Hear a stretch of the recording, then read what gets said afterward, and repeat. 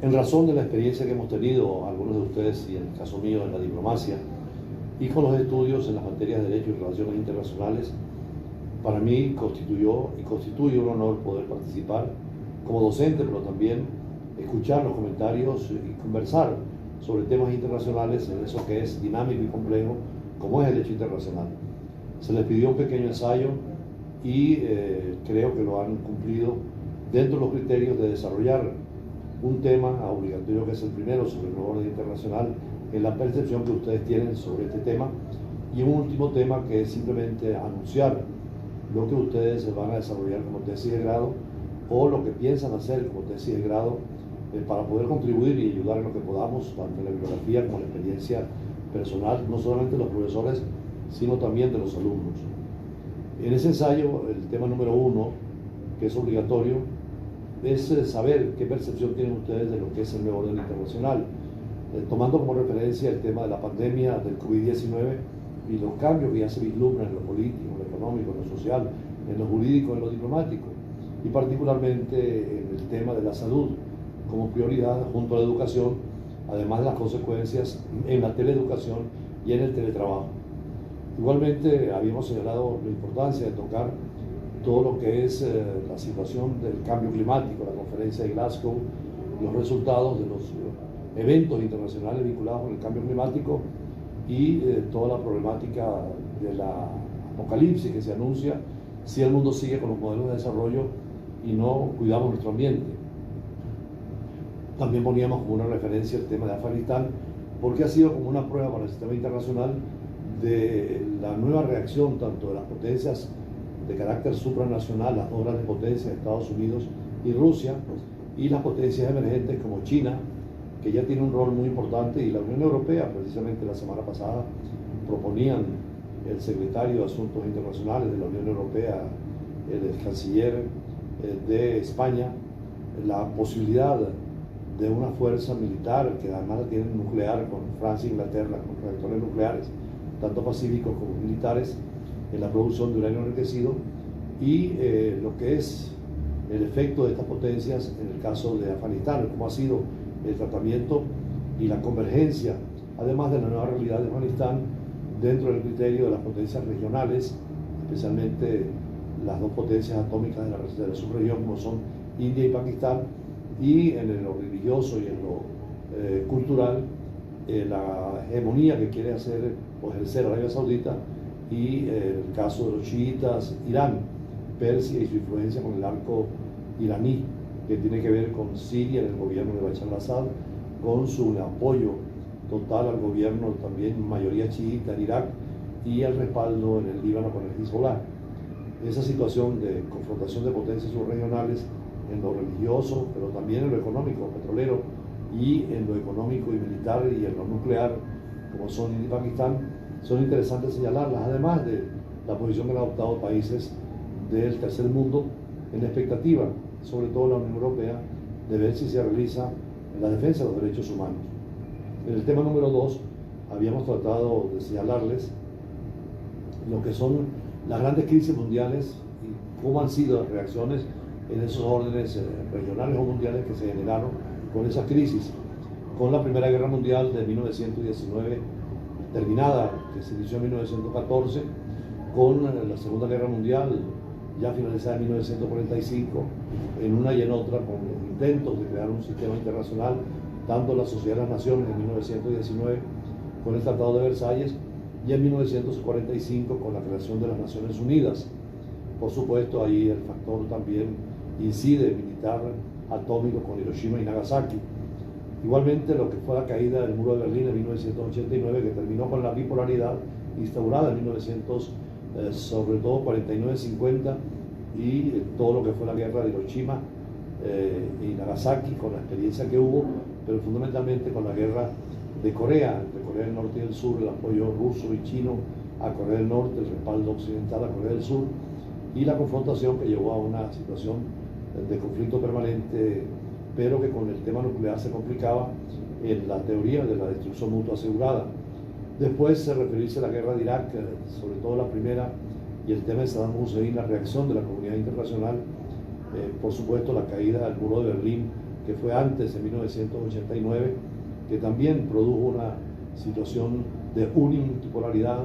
cuando Estados Unidos tenía el poder absoluto junto a otras polaridades, y después de pluralidad de factores de poderío intenso, tanto las cinco potencias miembros del Consejo de Seguridad como potencias emergentes, en el caso de la India o de Nigeria o de Brasil. Igualmente, muy importante el señalamiento de todo este nuevo orden, sobre todo para la región del mundo árabe y el muro islámico, lo que fue la primavera árabe, que se llevó por delante a dictaduras tan fuertes como la de Mubarak en Egipto, con 30 años en el poder, o la de Túnez con Ben Ali, de 23 años en el poder, o Gaddafi con 40 años, y el despertar de las mujeres, de los jóvenes, los nuevos medios de comunicación, el uso del Internet en la protesta social, y naturalmente todo lo que constituyó desgraciadamente un fracaso en el caso de Libia, ahora mucho más dividida y caótica, en Egipto con un golpe militar después de un gobierno elegido democráticamente pero tendiente mucho al islamismo radical, y en Túnez, donde sí hay una experiencia interesante, una constitución democrática y una experiencia muy buena siguiendo el modelo turco de lo que fue Ataturk en 1923, con el modelo y la construcción de lo que era toda la nueva Turquía, que con un desarrollo económico intenso y libertades absolutas, derechos totales a las mujeres, separando sobre todo el mundo político y el económico. Claro, dentro de esto también una referencia importante es lo que ha sido el gobierno disruptivo del presidente Trump, sobre todo con la concentración de la visión hacia el interno de los Estados Unidos y el abandono de escenarios internacionales o de conflictos que pudieran ser bilaterales. Es el caso de la ruptura con la Unión Europea, con el fin del multilateralismo y el volver a una política netamente de Estados Unidos. El COVID-19 también acá es otra referencia en esa crisis, pero ya no como una referencia más, no como un tema central, y todo lo que ha sido también la parte ecológica, con nuevas actitudes, particularmente con los grandes países del mundo que contaminan más, como los Estados Unidos, India o China, y los resultados de la pasada conferencia. En el tema número 3, que les señalábamos también, era dirigido a la energía nuclear.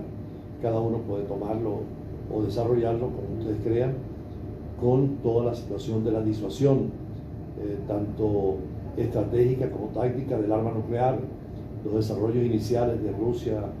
y de Estados Unidos, pero también de China, de Francia e Inglaterra, y los que están al margen de la ley, como Israel, India y Pakistán, y los últimos, que también son muy problemáticos, como los de Corea del Norte e Irán. En el caso de Corea del Norte, con misiles probados en el mar de Japón, con desarrollos denunciados por la Organización Internacional de Energía Atómica, y en el caso de Irán, bueno, con suficiente uranio enriquecido y tal vez misiles que podrían llegar, si no se llegara a una resolución entre Estados Unidos e Irán, a tener armas nucleares. Dentro de ese criterio, naturalmente, también es importante lo que ha jugado América Latina en el tema nuclear, lo que fue la crisis de los misiles en 1962 entre Cuba y los Estados Unidos, pero con la Unión Soviética detrás y con misiles de corto alcance nucleares, y la respuesta que hubiera podido tener los Estados Unidos. Y dentro de ese criterio también lo que ha sido América Latina con los tratados de prohibición de armas nucleares, la creación de la OPANAL en México para el control del arma nuclear y solo favorecer el desarrollo pacífico, y en definitiva todo lo que ha sido también hoy el uso de la energía nuclear con fines pacíficos en nuestros países, con especial referencia a Brasil y Argentina, donde se utiliza la energía con fines pacíficos, sobre todo para producir la electricidad, como en otros continentes, en el caso de Francia, donde el 60 o 70% de la electricidad es producida por los reactores nucleares. El tercer tema es la geopolítica de las religiones. El factor religioso es fundamental en cualquier orden internacional. Lo religioso crea o ayuda a lo ideológico y lo ideológico a lo político e impregna. Claro que esto también se puede ver a nivel nacional e internacional con algunos ejemplos específicos. Por ejemplo, el caso del Islam en el Medio Oriente, fundamental, lo que ha sido el cristianismo, el protestantismo en Europa y sus guerras de religiones, lo que también ha tenido como caso fundamental la Iglesia Católica y el Vaticano en su diplomacia internacional, y naturalmente todo lo que es el problema teórico religioso en el Medio Oriente, en el Extremo Oriente, en Occidente, en los Estados Unidos, inclusive en la política, cómo ha influido la visión católica o protestante en la conducción de la política nacional e internacional de ese país. El tercer tema, el cuarto tema, el quinto tema es el derecho penal internacional. Ahí hay que hacer una referencia a todo lo que es esa preocupación de la comunidad internacional por castigar, por sancionar, por proteger a las víctimas de los crímenes internacionales, empezando por los delitos de guerra, y por eso todo lo que es el derecho internacional humanitario, donde la Cruz Roja jugó un papel muy importante, y particularmente con los juicios de Nuremberg y de Tokio después de la Segunda Guerra Mundial, el intento fallido en la Primera Guerra Mundial de aplicar el derecho penal internacional y los tribunales ad hoc de Yugoslavia y Ruanda, además de las otras experiencias tanto en África como en otras partes del mundo. Todo lo que es el aspecto sustantivo y el aspecto procesal del derecho penal, producto de los tribunales penales internacionales ad hoc o para asuntos muy particulares, o lo que es la Corte Penal Internacional con toda su referencia a los crímenes internacionales y en particular a toda la situación que pueda presentarse con la posibilidad de crear, más allá de los 4 crímenes tradicionales de la Corte Penal Internacional, otros delitos internacionales como el narcotráfico, el terrorismo. Ya decíamos también de los 4 jinetes del Apocalipsis, los vamos a referir más adelante en un tema especial. Sobre el tema del orden o desorden mundial está todo lo que tiene que ver con respecto a los derechos humanos y el derecho internacional humanitario, que es la garantía para un orden internacional y para un mundo en democracia y en vida política activa. Está, por supuesto, todo lo que fue en ese derecho penal internacional ya en detalle después de la Segunda Guerra Mundial, toda la condena con los tratados y con los acuerdos y con los tribunales y con los tribunales penales ad hoc, que pueden desarrollarse algunos de ellos en la parte procedimental, pero sobre todo en la parte sustantiva. En cuanto a los derechos humanos, que es el tema 7, derechos humanos y derecho internacional humanitario, es un imperativo de la sociedad mundial. Todo lo que han sido los tratados y convenios, tanto desde la Declaración Universal de los Derechos del Hombre como los previos en 1949, que fue la Declaración Universal de Derechos Humanos, previos fue la Declaración Universal del 48, es la Declaración Universal de los Derechos Humanos, y los posteriores pactos de 1996 y los pactos internacionales, sobre todo en materia de derechos políticos, derechos sociales, derechos económicos y derechos culturales, y toda la problemática del conflicto, de la guerra, precisamente la preocupación de Naciones Unidas de si no condenarla o eliminarla, humanizarla, y es por eso el derecho internacional humanitario, con lo que tiene que ver con el derecho a la guerra o el derecho en la guerra, ya negando ese concepto en el derecho internacional. El tema 10 tiene que ver con todo lo que el tema 7, perdón, derechos humanos y derecho internacional humanitario. El tema 8, los 4 jinetes del Apocalipsis, hicimos mención al terrorismo, al narcotráfico, a la corrupción y a la delincuencia organizada, con todo lo que tiene que ver con los delitos cibernéticos nuevos, el lavado de dinero, una aproximación a los delitos económicos internacionales y a la necesidad precisamente de las convenciones contra el delito. El tema 9 es relacionado con lo analógico y lo virtual, la nueva realidad de los de exigencias de la era digital, el nuevo derecho internacional en esa materia, la nueva realidad robótica, la Big Data, la inteligencia artificial e incluso ya toda la diplomacia virtual que se está desarrollando en muchos niveles. Y el tema 10, estamos refiriéndonos a los sistemas de integración, que también son una realidad en el mundo de hoy. Inclusive se habla de un nuevo orden internacional donde el Estado pasa a ser superado por el Estado regional o las nuevas estructuras geopolíticas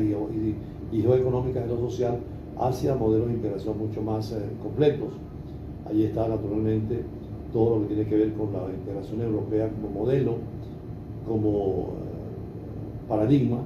y los sistemas regionales nuestros en América Latina como el Mercosur, la Comunidad Andina o el CARICOM, o el sistema de integración centroamericano, además del Tratado de Libre Comercio en Europa, en el norte,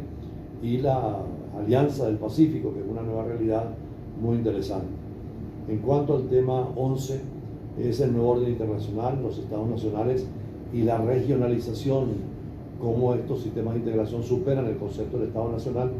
pero también hay que conceptualizar el Estado, la importancia de los elementos del Estado, la población, el territorio y el gobierno, y la incidencia en la geopolítica que tiene tanto la población como el territorio, o como la institucionalidad del sistema de gobierno, las formas de gobierno, formas de Estado y formas de gobierno, todo lo que es el derecho, la integración y la integración en el marco de la nueva realidad internacional, los modelos y los planteamientos fundamentales, como también los sistemas en el orden internacional, que va quemándose prácticamente, que son las monarquías y los sistemas democráticos republicanos, hasta la posibilidad de teorizar un poco sobre el Estado Nacional y la realidad del mundo de hoy. Estos son algunos aspectos muy rápidamente que pueden servir para complementar, para profundizar en ese trabajo que ustedes están haciendo, que es la evaluación de este primer módulo, y como se trata de un módulo prácticamente horizontal en toda la investigación que van a hacer, porque todo confluye hacia lo que ha sido el orden internacional, lo que puede ser, lo que es y lo que debe ser, lo ontológico y lo axiológico. Y dentro de la tridimensionalidad del derecho, que es precisamente, como decíamos, frente a fenómenos, el derecho va cambiando y la normativa se va adaptando, pero siempre tiene que haber un imperativo ético o axiológico. Bueno, es parte para la información de ustedes que sigan profundizando sobre esta materia. Nos veremos en nuevas oportunidades.